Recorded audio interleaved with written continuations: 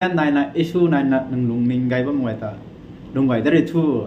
ana maria government na sắp ra na kasyam hello zen mua sai video khai ka thai sam da koni mang wai na mai ba mai no ne sa kan he de I think na sa ka tam dan ni friend request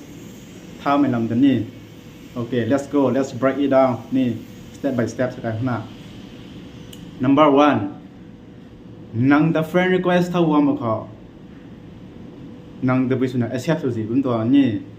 nang the friend request thawang mita friend request ni gowang bani nang accept so law ma se mai da nang the follow so bang bang he example alia law ni zau sam hom mu wai nan ni hay ka duan input sam my friend request thawang mang hina I accept so mi na accept so mi se flowing ness ko bam ni bam zo go jaw na ka duan input hay flowing I friend request accept so ga the flow so bam dong ni na I accept law the way tho ga nai ma flow to follow ta hi hay ta the nang rina accept so law ma se nang the friend request thawang da nang the follow so wang bam dong the nang rina lom si ta nang friend request accept so ma ka nang tuang flowing list ko da go jaw ina thawang mai pui or pu tuang zan da ni example ka gai rai liu at friend request ta wang he atong flowing list of gai rai le zan gu zau hna me ta gai rai le zan pa ba mi je atong no bai de atong no kum sum gai pat gai friend request na de pat mai de ta don't worry now friend limit sing pung tang ma san ni nang friend accept sabam de na mai ta kai mi na following gai hang sabam nai na following gai na nang decoration nga de na like gai view gai tu thoi dram mi na friend request thawang ma fe accept so ino su to na accept long nge de friend request thawang mi pu de nang da follow so bam he na accept law the de ga na ma follow to follow ni mai de he ko man nung nung gai nai friend request lam da ni ko ma nang ri ne gang khata friend request thawang ba kho nang hai pu to follow so bam he mai pu de nang da nan tuan friend request accept la da ga na ma follow to follow ni friend request accept so na du se ngai hon ni limit tak ma sa no 5k okay atwang ho friend limit tang the te ke friend request ra na thawang e nang tho friend request accept so no ma ke te ke maram ri na ho nang da friend request thawang he na okay no problem ni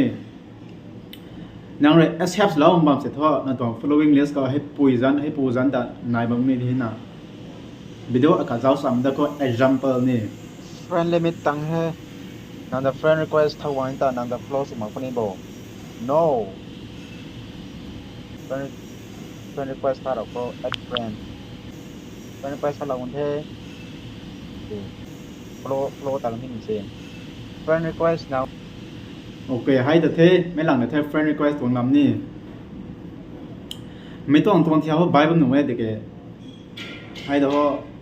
zen na ka thai da ni mai tong lam tho atong ho bai de ko me atong kum ma ge ma ni mu wa na check su na ni ai so bam ta dan ni na sa da jaw na atong kum ni kum ma bo ni da mai ta